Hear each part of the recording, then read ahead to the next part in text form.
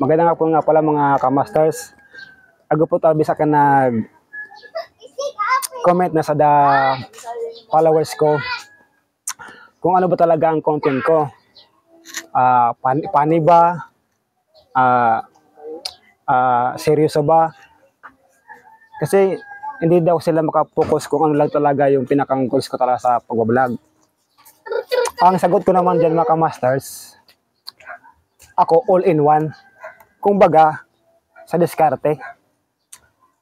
Kung baga, lahat ng mga bagay, pilitan pagkatawanin importansya. Kung baga,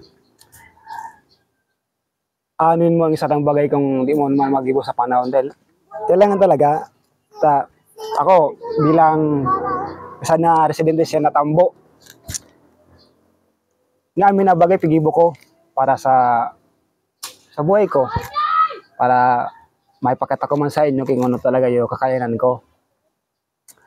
Ngayon, gusto kong maipahatig sa inyo mga ka-masters na walang imposible sa bagay na gusto mo. Na kung ano talaga yung tutakin mo sa buhay.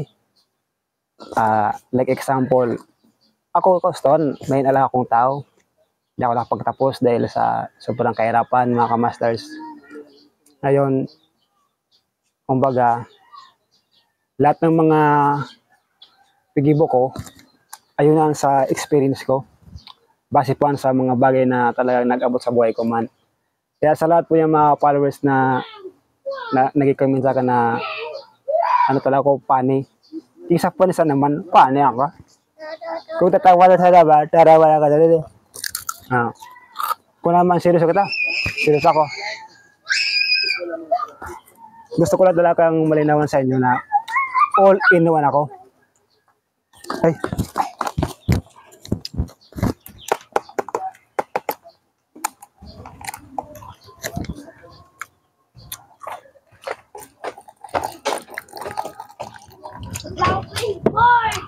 Sa hirap ng buhay, lagi yung tatandaan, ang buhay ay wither-wither lang, kay ba ni Kuya Kim.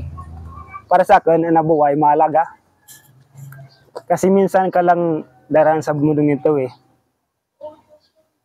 May kasabihan nga na kapag mahal mo, ipaglaban mo. Yun. Tapos pag naloko ka, patulupo mo kung gusto mo. Gansa naman na. Parang pag-ibig lang naman yan eh. Para gusto mong tumibay ang relasyon, ipawilding mo. Para kasing tibay ng bakal. Kaya sa lahat po mga followers ko na nag-comment sa akin na bagadi. Ako Tagalog, baga niya. Minsan kaya, alam mo naman, nakapunta tayo ng konti na sa Manila. Kaya siyempre, makalang pamasahe, alam nga naman, samantala ito yung panahon na napunta ng Manila, siyempre may kunting mga Tagalog words ba na naaraman, di ba? Kaya sa mga followers ko dyan, sa mga nag-comment na ganito ganyan, may nagtupit nga sa akin pala na wala naman daw kabuhay-buhay ang vlogs ko. Wala naman daw marating sa buhay. Ang ano ko lang naman dyan, wala akong comment dyan. Basta ang sa akin lang, mga masters, isinisir ko lang sa inyo kung ano yung mga bagay na mahirap na trabaho para hindi nyo naman ako tanungin, makikita nyo yung lahat ng mga ginagawa ko sa pang-araw-araw. Kasi sa totoo lang, sobrang pagod ang trabaho ko. Maghapon kang bilad sa araw, maghapon kang nag-aakot ng nyog, maghapon kang nag-akit ng nyog. Tapos minsan yan, nauulanan, naiinitan. Parang kamil. Diba ang kamil? Ang ano dyan sa kanya, kasi ang kamil, ano yan, all in one din yan, katulad ko. Ulan, init, araw, at lamig, laban yan. Kaya sa mga kamasters nga pala dyan, shout out. Ito na po yung kahilingan nyo na gusto kong ma-share sa inyo. Kung ano man yung mga hindi nyo sa akin alam na alam ng iba. Shout out po sa mga kamasters.